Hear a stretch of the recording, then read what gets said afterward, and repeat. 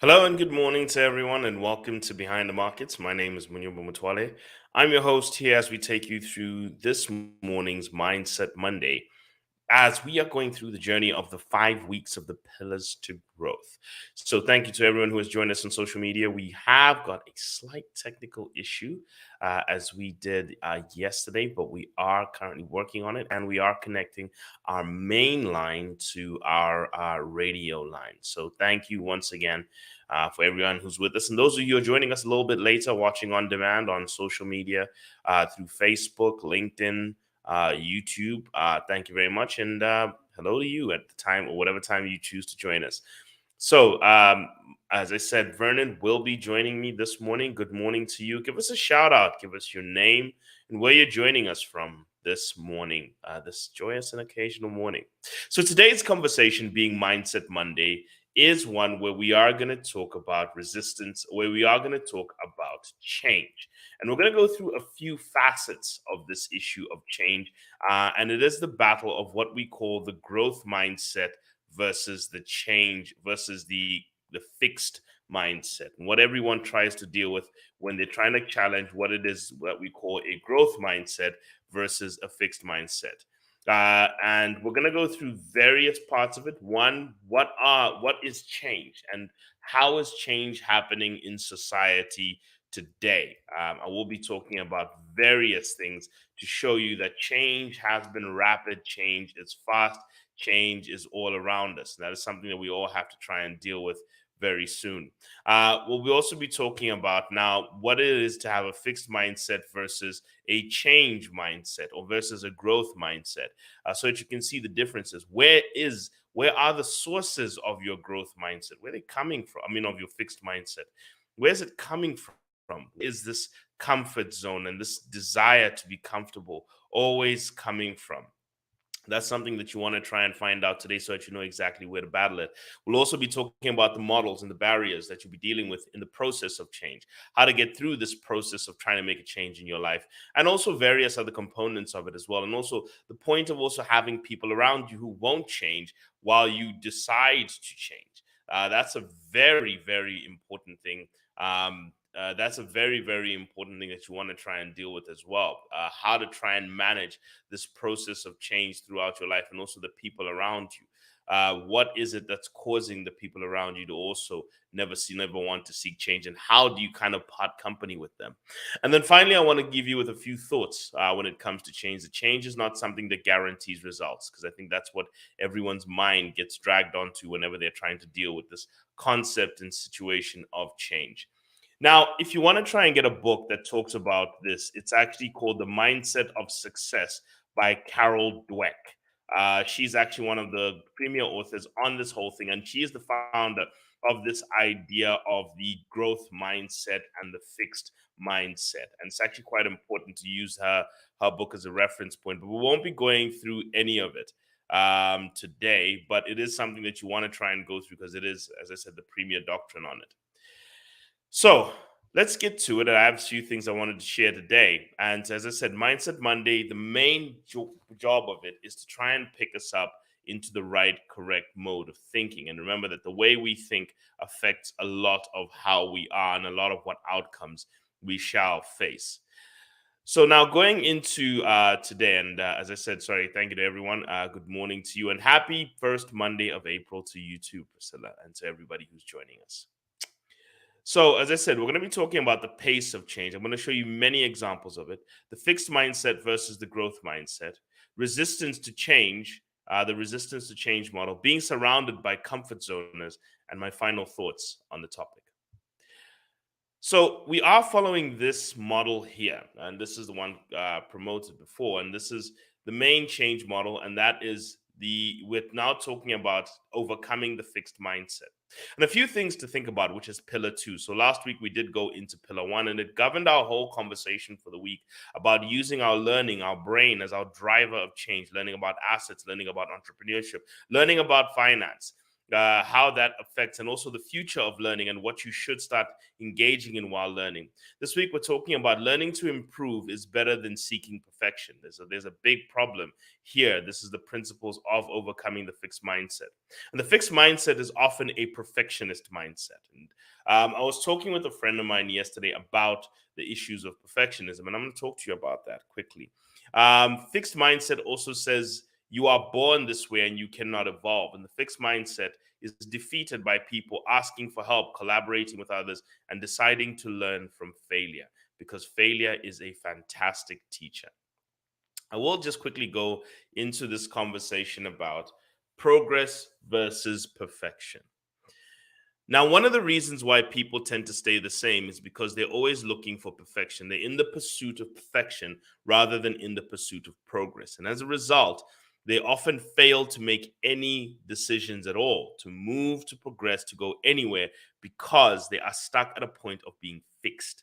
They're fixed in a situation because they find this comfortable, and they're only willing to move where things are perfect. They've set a giant amount of conditions, and they're only willing to make a change and make a move where things are perfect.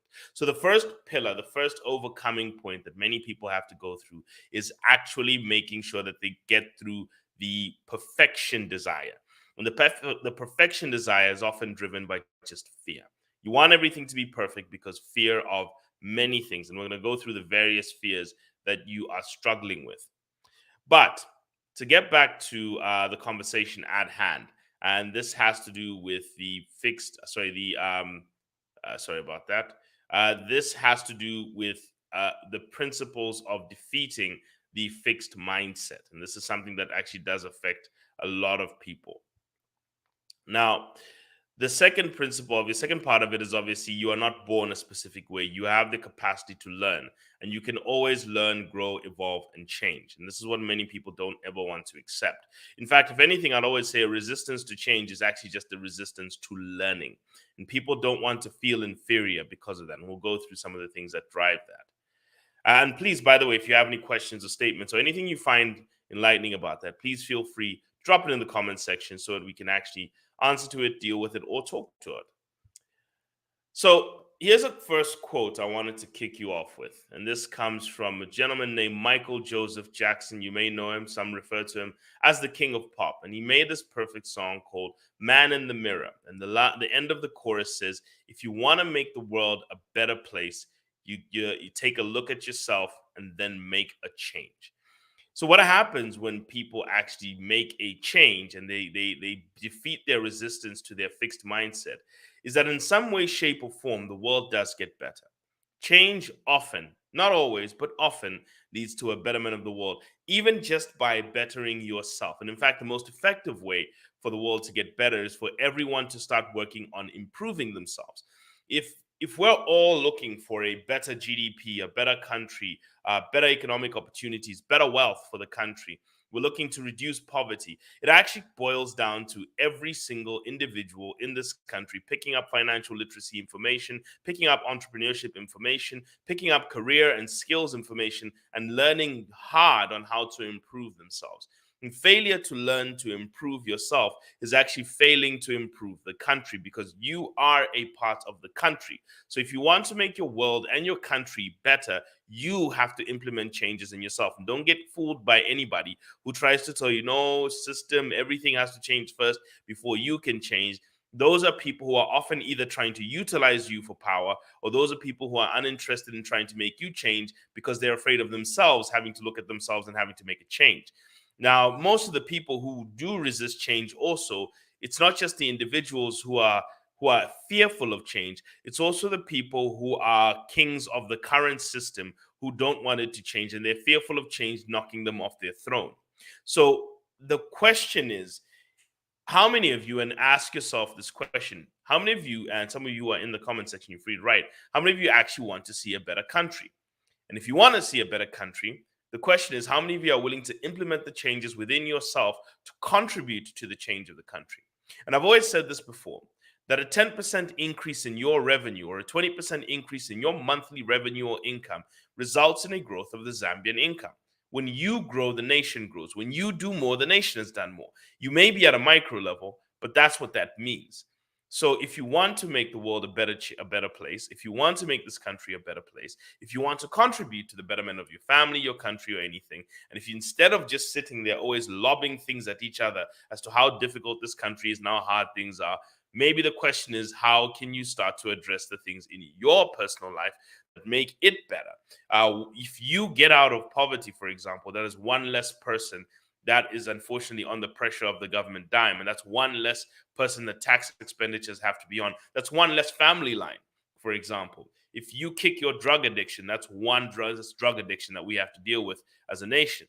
Okay. So whatever you improve, that is one less problem the country has to deal with at an aggregate level. So that's what you have to try and adapt from the words of Michael Jackson. And there's something even here is that change is often the catalyst to the improvements of life. This is a quote from Mr. Sunny Zulu's book, Eccentric Thoughts Unraveled. And this is from chapter 6, If It Ain't Broke, Make It Better. He says this: if it weren't for experimentation, you wouldn't be enjoying you wouldn't be enjoying most of the latest innovations. Thanks to someone who dared to move out of their comfort zone and looked for ways to make things better before they were broken, we have many of the luxuries at our disposal. Most of your mobile banking, most of your innovations, anything you're utilizing is a result of somebody who was comfortable with the idea of being uncomfortable and thought that things had to change. And they decided that they were going to explore new ideas out there in the world and decide that things have to change. So now the question is why? Why is change important? Why is adaptability and flexibility? Why is this important? Why is agility so important that you must be able to change? Well, let's take a look at the rising speed of change in the world. Now, I'm going to start with the world and then I'm going to zoom into Zambia to show that the trends of change are not just isolated to the world and they're not just isolated to Zambia. It is a global phenomenon that we are equally involved in. So here's a list of all the greatest innovations that we're utilizing today. Okay. And here's how long they took to get to 50 million users around the world. The airplane took 68 years, automobiles took 62 years, telephones took 50 years, electricity took 46 years, credit cards took 28 years, televisions took 22 years, ATMs took 18 years, computers took 14 years, cell phones took 12 years, the internet took 7 years, iPods took 4 years, YouTube took 4 years, Facebook took 3 years, Twitter took 2 years, and Pokemon Go, which people like playing around, took a few days. But the point I'm trying to say is that innovations, social changes, these things are starting to move faster. One of the things you'll also learn about all these changes here is this is also in chronological order. Okay, this is not just in terms of the order that they took long in. This is in chronological order. These things are growing at this pace. They took this long to actually start changing. Now, take a look at the industrial revolutions as they've been as well. The industrial revolutions from mechanization, which was in 1784, where you had water and steam power, which moved now to mass production of electricity in 1870. So you could see that there's almost 100 years, it's about 90 years between. You'll notice that these things start getting shorter. The third industrial revolution just took about 100 years again. And then the next one has now started to come about in less than 50 years. Okay. So the changes that we are, and we're even on the precipice of a potential fifth one, which is actually coming just after it, where we'll actually now get the singularity of all these things. So as change keeps coming, it's also moving faster. And if you look at the different things, just also note just the different industrial changes. We are a recipient of the industrial revolutions.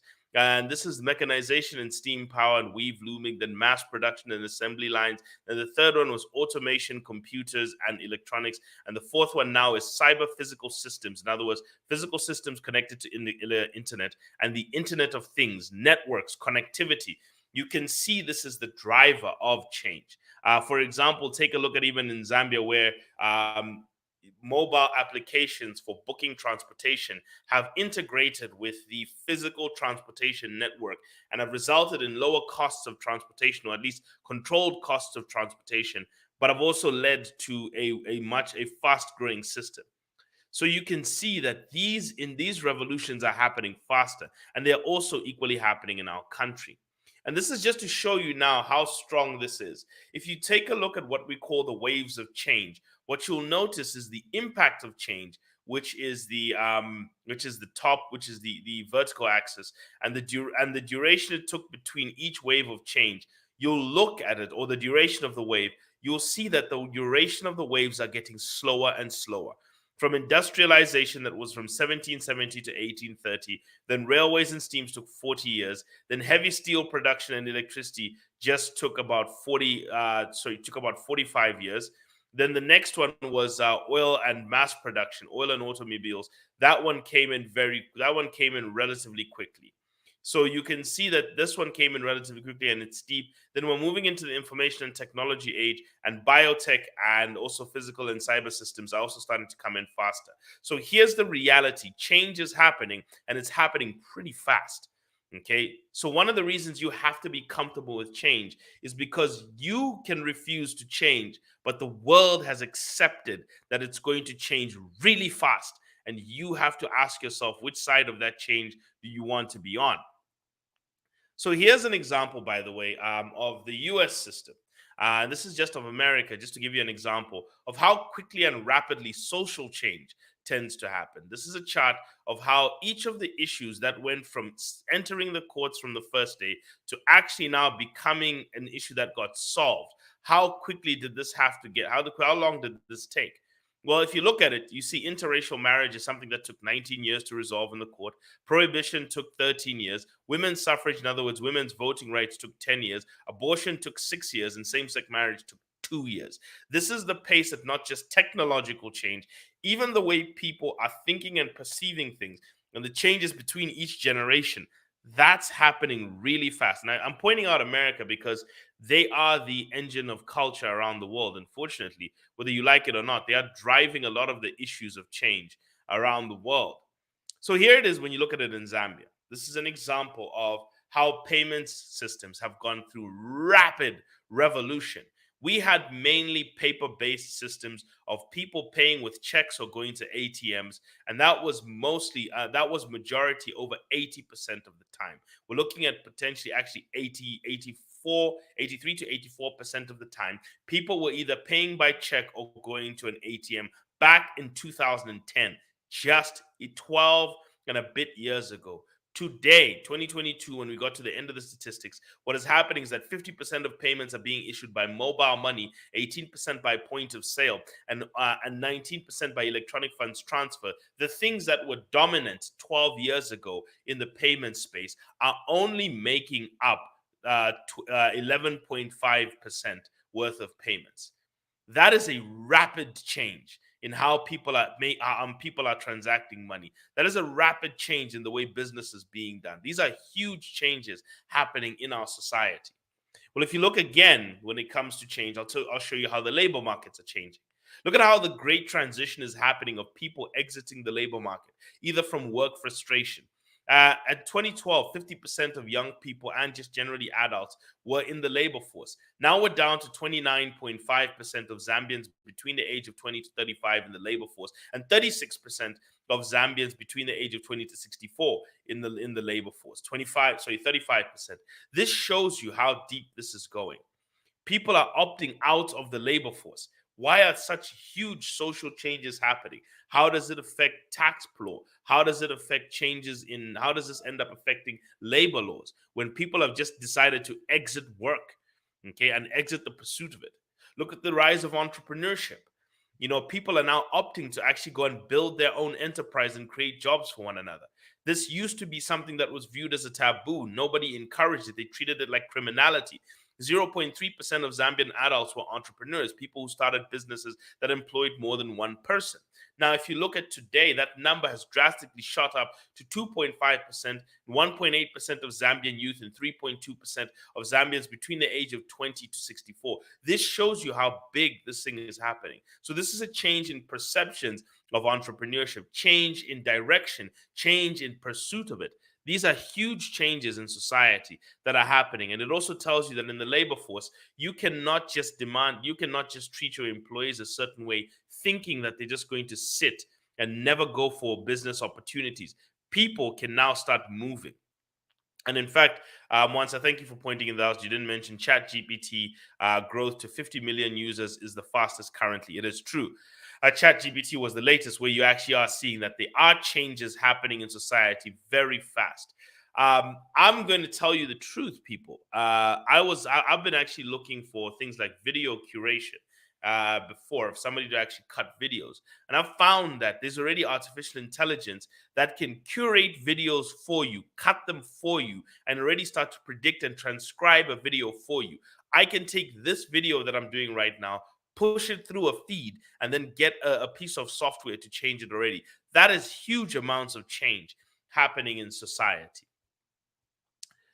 Now, here's another piece of change in Zambian society, which we don't take into consideration. Take a look at the duration of political regimes in years in Zambia. From UNIP, which lasted 27 and almost getting to 30 years, MMD lasted 20 years, PF has lasted 10 years. This is a serious trend that you can already start to see picking up.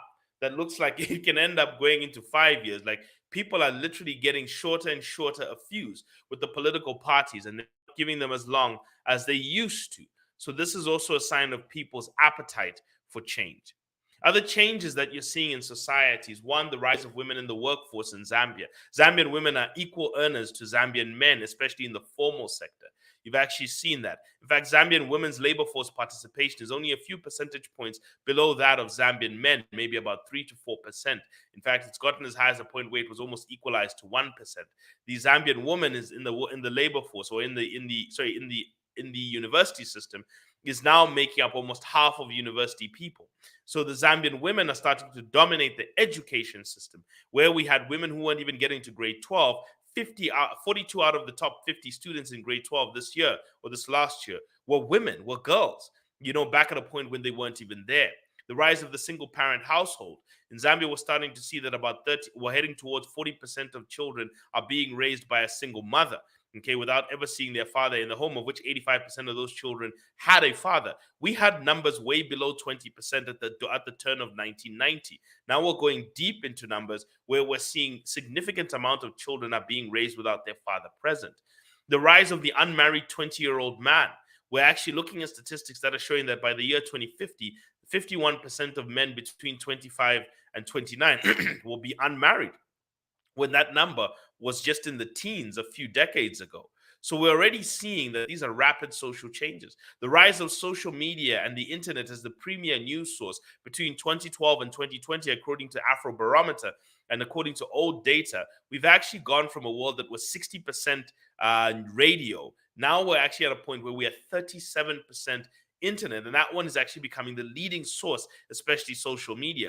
The rise of dietary changes. People are now eating more sugars, more salts, more things that are not that healthy for them. And we're seeing a change from we're seeing a rise of chronic diseases as opposed to communicable diseases. Things like sugar consumption has gone up from 11 kgs a year per adult to 18 kgs a year per adult in this country alone. And it's resulting in massive changes. Alcohol consumption has risen by 60% per person in this country. So we're seeing that, and the changes, and the fastest growing cause of death in this country, or the fastest growing risk factor to death and disability, is obesity now. Okay, it's actually obesity and alcohol consumption. These are the main issues that are actually threatening the lives of people. It's not HIV like it used to be. I mean, HIV is the leading cause of death in this country, but it is one of the slowest going. It's actually contracting in terms of its pace as the rising cause of death. While the rising causes of death are things like hypertension, those are the fastest growing causes of death. Things like heart disease, those are the fastest growing causes of death. Stroke, these are your fastest growing causes of death. So whatever decisions you are making in your life, you have to now start saying, so it's no longer just about avoiding exposure. It's my lifestyle that's now becoming my biggest threat. So are you willing to make a change there? Because if you're not, you're a victim of the fact that the trends are leading towards these things, that the things you're consuming and the things you're doing are now becoming the fastest growing cause of death. So I think we can lead to the conclusion here that if you don't change, change will happen around you and you will be the victim of change. And that's the initial thought pattern I wanted to give as many of you as possible as we're engaging in this topic.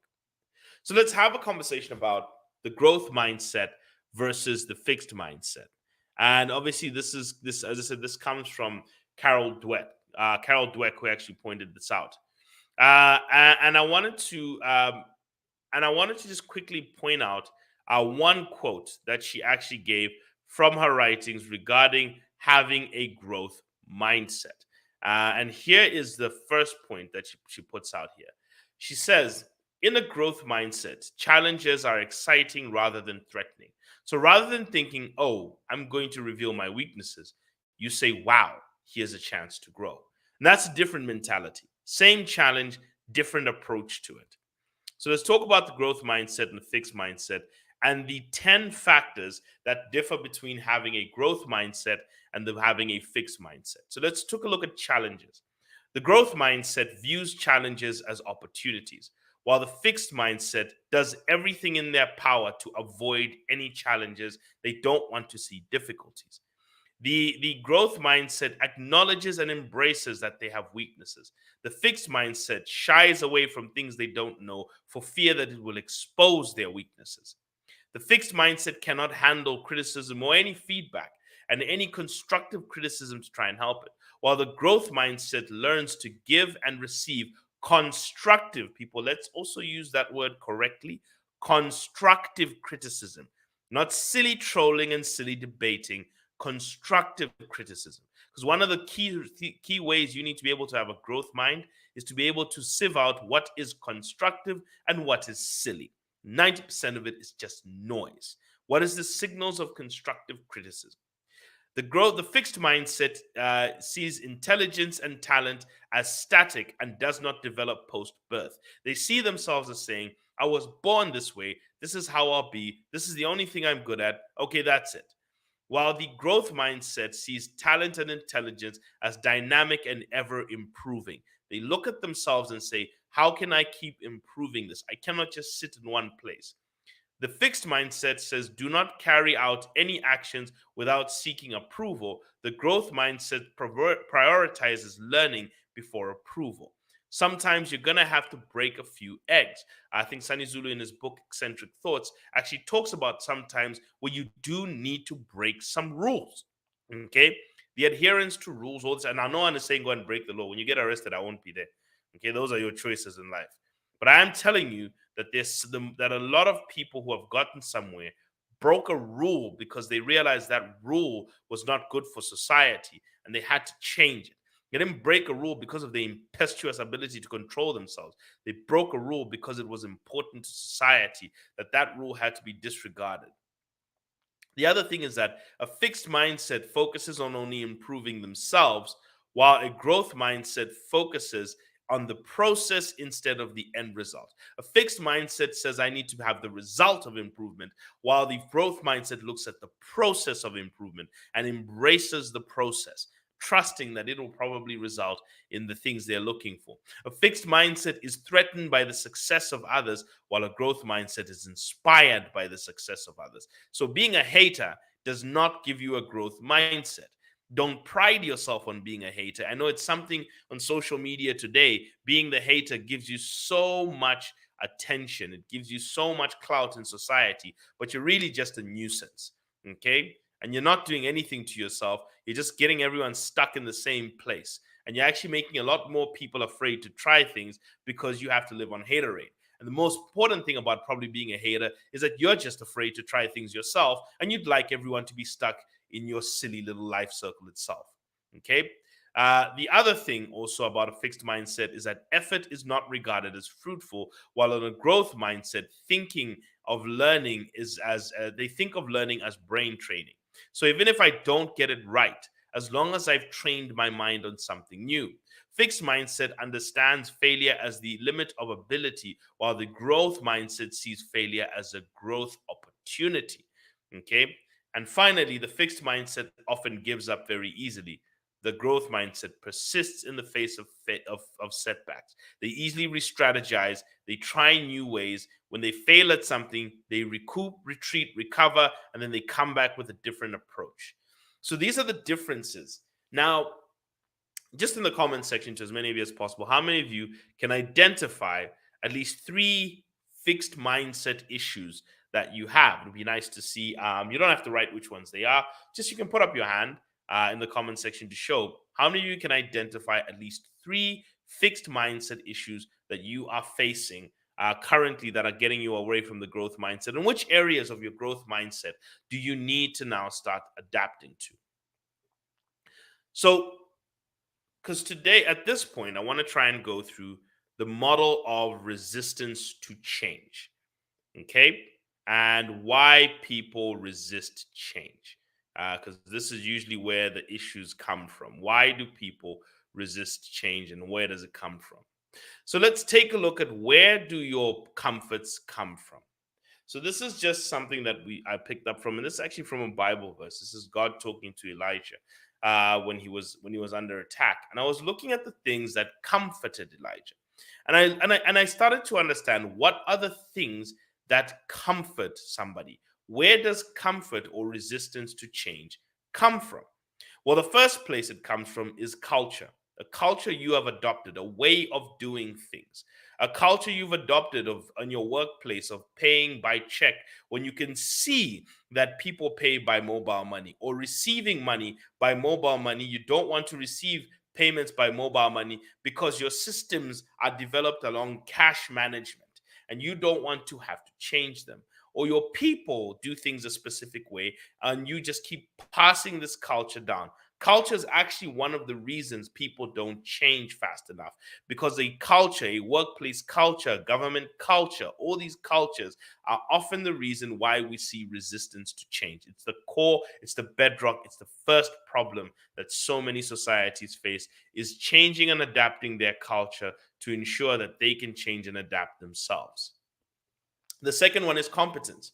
Many people are comfortable in a specific area of competence and fear that if they try to expand their competencies or get better at something or try to now move their competency into a different thing. I'm an analyst when it comes to stock markets, bond markets, financial markets. And for a long time, I stuck to that area.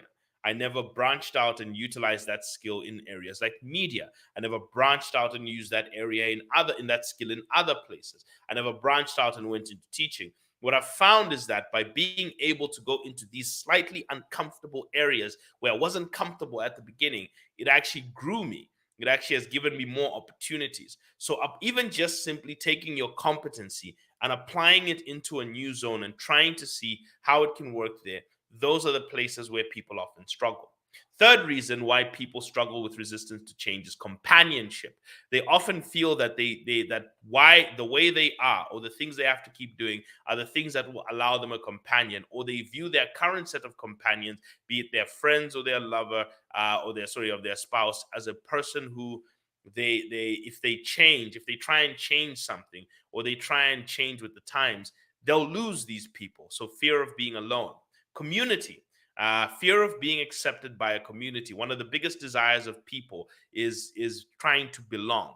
And if your community is static, you'll often find that you will end up being static for fear of being singled out and being told that you are either, and I've seen people say this in Zambia, saying that somebody who embraces change is too quote unquote white. That already tells you the mentality around the people.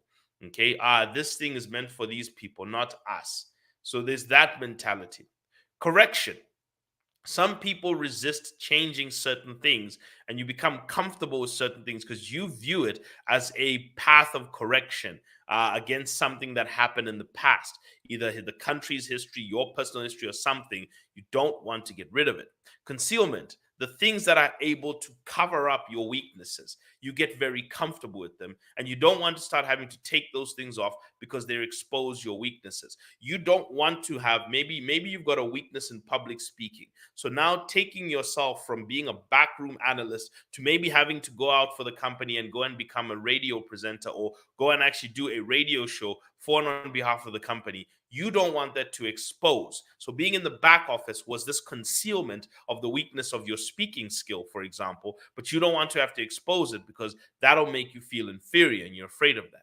Confirmation, is that we'd like people to give us a thumbs up for the things we're doing. So if they're telling us to do the same thing over and over again for the purpose of being confirmed, we don't want to have to change things. We're afraid because we're afraid to lose that confirmation. The well done, you're a good person. So you just stick to doing the same things so that you can only do that. And compassion is actually a very strong one. In places where people speak to you with compassion, that is often where you often are too afraid to branch out again.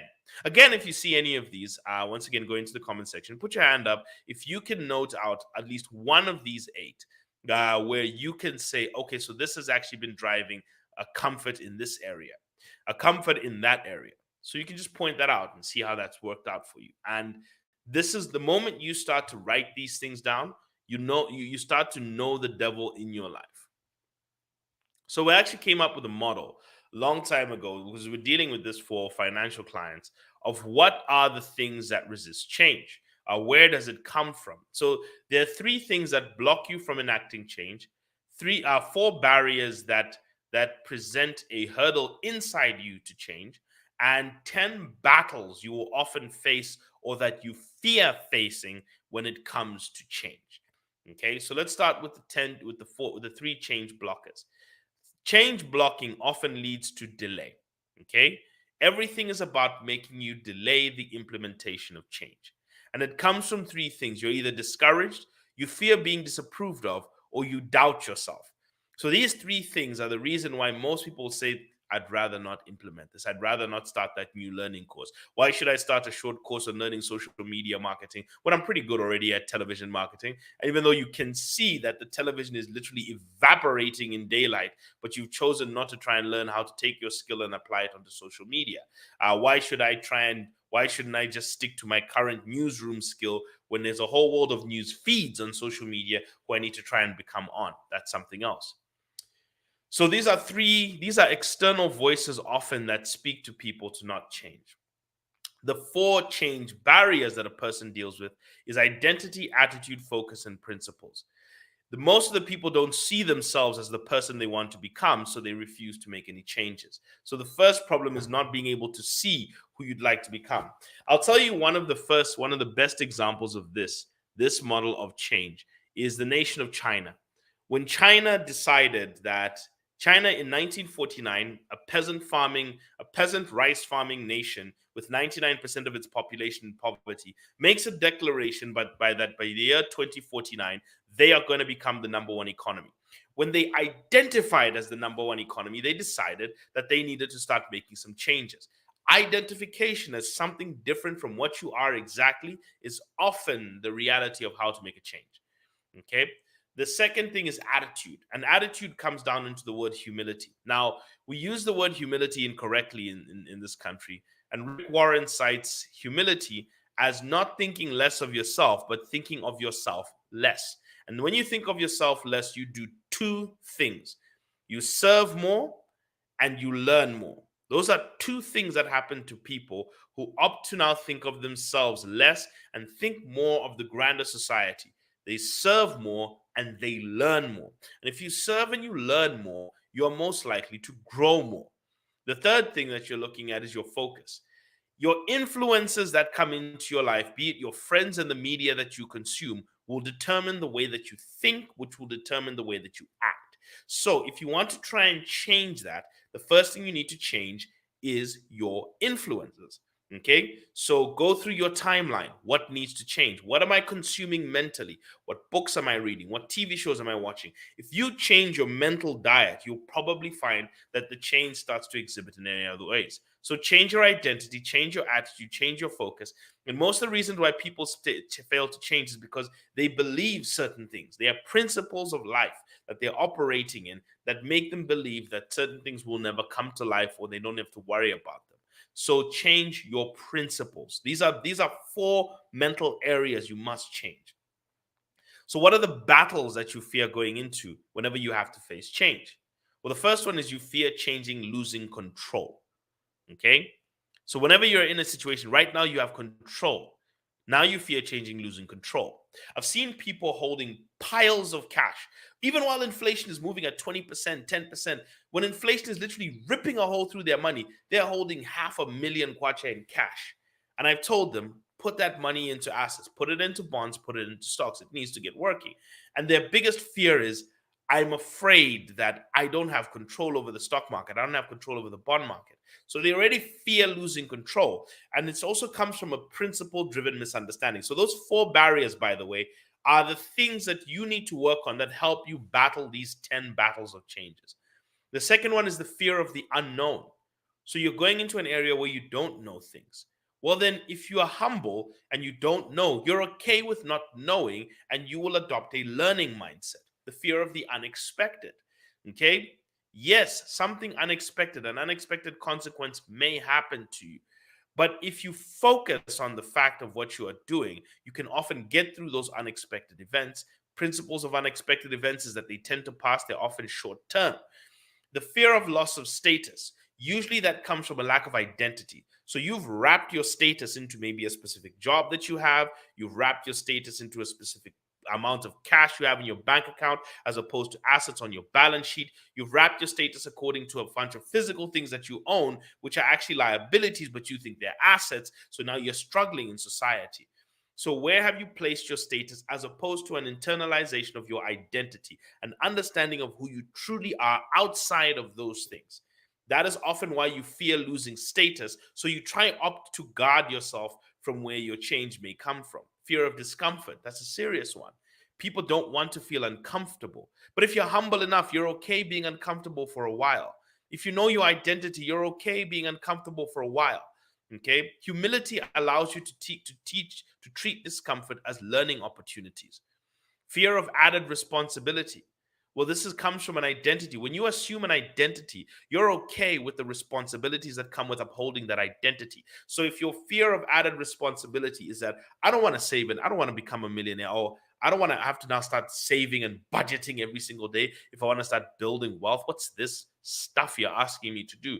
Fear of the added responsibilities that come with the new identity. But if you assume that identity, you don't fear those responsibilities. In fact, you take it as an honor to implement those responsibilities. So identity plays a strong role. Second thing is also humility. Humble people serve. Okay, humble people tend to serve. So when you change your identity and change your attitude, you often tend to be service minded. You don't mind the responsibilities that come with that. Fear of being collateral damage, understanding the principles of how things go wrong, and sometimes that you can actually get back up. Sometimes you go into a market, you start saving in the stock market, and a politically driven market downturn happens that drives all the investors out of the market. 2015 to 2020 is a prime example of that, where you saw the stock market dip due to political failure and political economic failure that led to a lot of stock market valuations being lost. But you could have been collateral damage as you got started there. It's very easy to be collateral damage, but it's okay. You can start again. Okay. People fear being collateral damage because they're too proud of the position that they're in, as opposed to sometimes, you know what, I may lose and I may have to start again, and be okay with that. Fear of past traumas resurfacing. And that often is because you're identifying with those things. Your identity is not victorious over those things. So you are choosing to. Oh, the last time I invested, I lost money in the stock market. Oh, the last time I started a business, that's it. It was over. So I'm not going back. I've been burnt, people. I've lost enough businesses. I think if I'm now on my second hand of where business loss and business failure has come from, but I've still gone through with it because it is an identity I have assumed from a purpose that I have. Okay. And fear of incoming pain. Every single change is going to be pain. You know it. It's going to require budget cuts. If you're going to have to quit and start a business, it's going to require cutting things you got comfortable with. It's going to require pruning friends. Every change has got uncomfortable, painful things you have to go through, because that is the nature of change. It is painful. But if you deal with these four change barriers, you'll often find, one, the change blockers won't be able to get you, and the 10 change battles you'll be much more able to go through them. So this is a simple model that we utilize of overcoming resistance to change.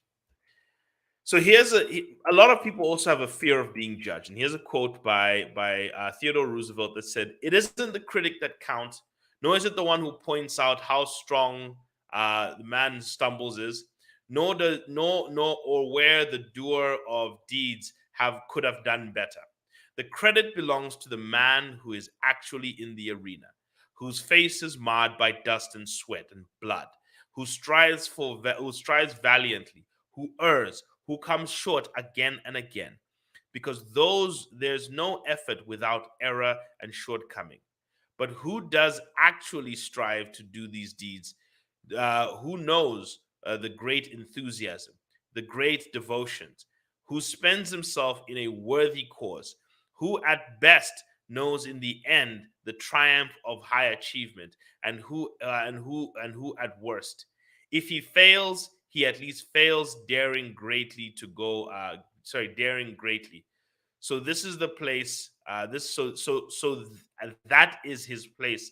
That shall never be with those cold and I can't remember the last part, but yeah, I think I missed it out by mistake. But the point is trying to say is that the haters don't get much in society.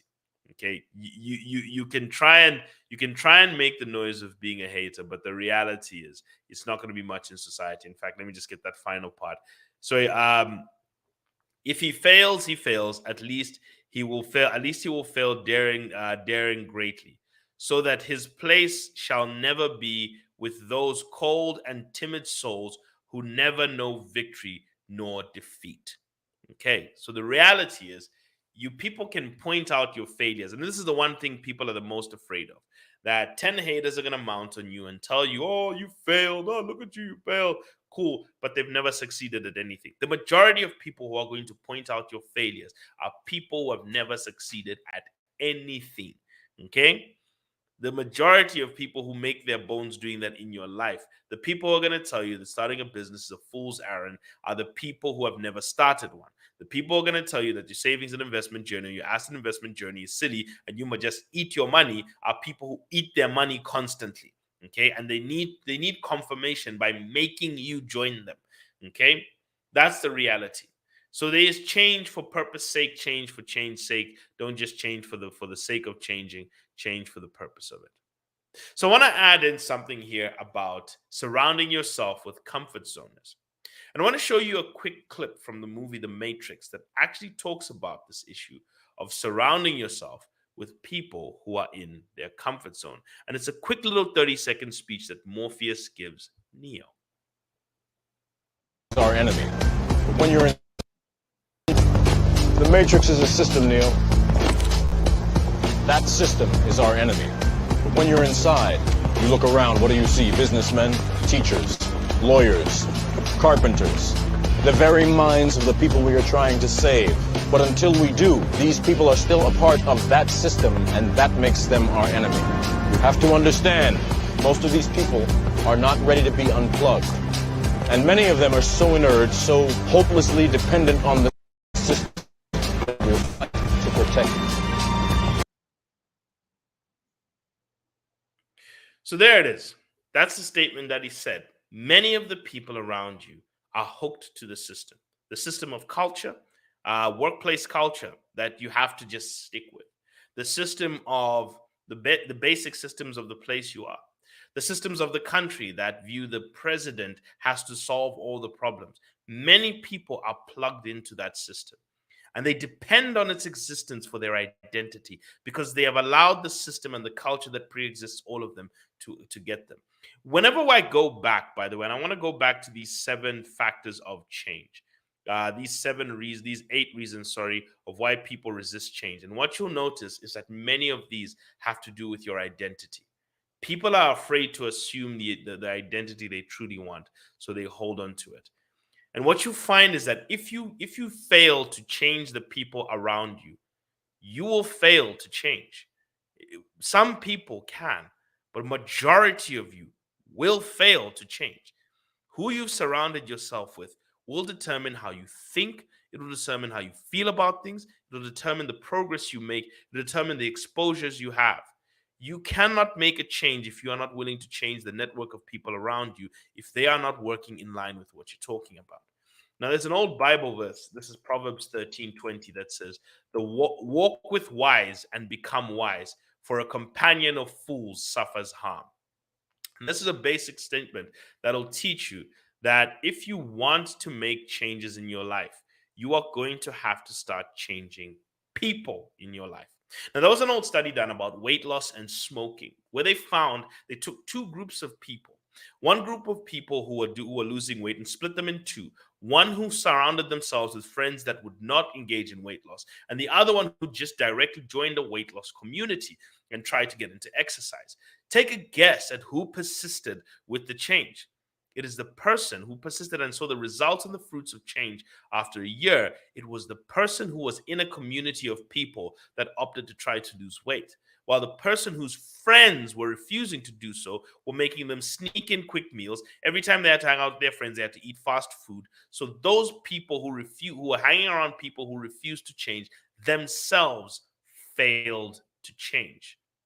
And what you often find as well is that even the other one, the example of the person who was trying to quit smoking, they found that the people who hung around friends who consistently smoked was failing to quit smoking.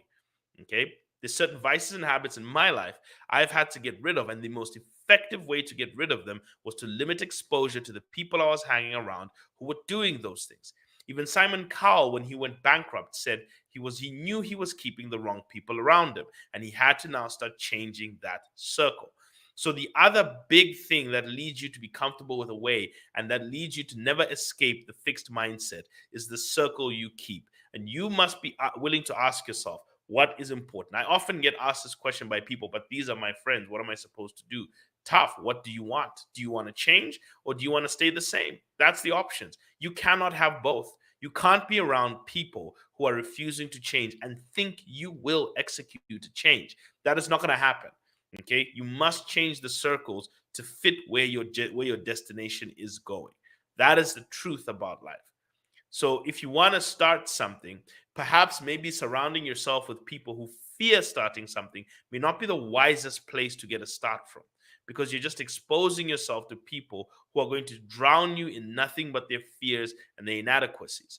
Okay, if you want to start a journey, this is why even when I start financial advisory work, one of the important things I was doing was building community, because I wanted people to be around like-minded people so that they could talk about this stuff together. And when they do, what I've often noticed is that communities are the engines of effective change. So if you want to change, join a fitness club. If you want to change your money, join an investor club. If you want to change your life, join a group, a community. If you want to engage in entrepreneurship, go to a hub where nothing but entrepreneurs are there trying to bounce ideas off each other and get started. That's what accelerators and incubator hubs do for people. They put you in this group of people. Join groups, join conversations. Try and surround yourself with people who can now open up your mind, because once you change your circles, it's almost like your mind mimics the behavior of the people around you, and you are most likely going to effect change.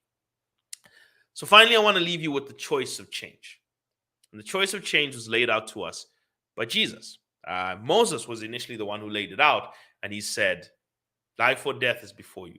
But Jesus goes a little bit deeper into this conversation about change and what it means to make a choice.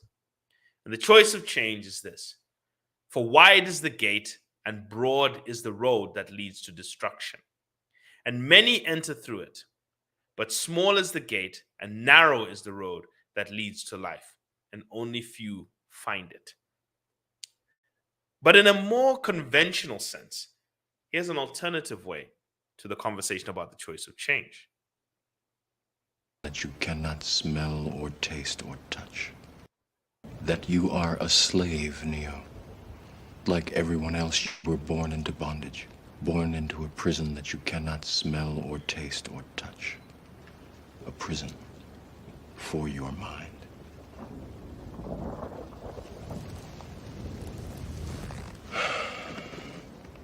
Unfortunately, no one can be told what the Matrix is. You have to see it for yourself.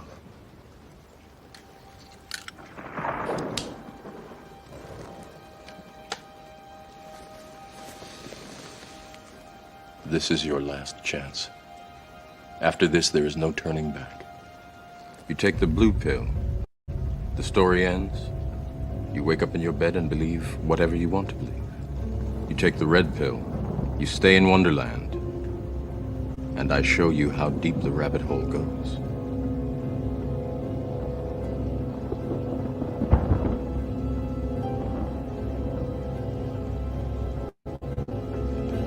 Remember, all I'm offering is the truth, nothing more. And that is the choice of change. Change does not determine results, but it is a process that will grow you. You will grow into something else if you change. You won't you won't get the exact results you're looking for. Starting a business doesn't guarantee you becoming a millionaire. Putting money in an asset doesn't guarantee your wealth. I'm sorry to explain this to you, but change is not a guarantee, but it is a growth. Change will grow you. If you expose yourself to it, you will learn. Often the resistance to change is the resistance to learning. So, in conclusion, one, the world is changing around you, whether you like it or not. If you're not moving in change, you will be the victim of it. One of the first experiences I remember working in the field of pension and retirement, one of my first assignments was having to go to an entity and talk to a group of employees who had just been retrenched because that institution they were working for had to downsize due to the changes and dynamics of the market they were operating in. These people did nothing wrong. They didn't transgress against their employer. They didn't steal. They did nothing worth being retrenched. The system just could not accommodate them anymore because change happened. So you will change or change will happen. And it is happening. And if you refuse to change, you will be the victim of change. There was a story of a guy who, unfortunately, after a 4-year degree, had to sell charcoal on the road in Zambia. It was a sad story. But if you interrogate the degree he got, he had a degree in library studies in the year 2010s. Nobody with a degree in library studies is going to survive in this economy, not with digital libraries. Okay. So that was a person who made an education decision that did not take into consideration changes that are happening. How many grade 12s who are going into college now are making degree decisions without any consideration of what the future of work will be like? How many people are going through 4-year degrees where they're going into student debt, are making decisions without taking any consideration into the change and the trends of change that are occurring? Or did they just see what people in the past have done and decided, oh, everyone is a nurse, I'm going to be a nurse? They haven't taken consideration into the budget of the government and how strained the government is into trying to get people, nurses into the system, how strained the government is trying to get doctors. They haven't taken that into consideration.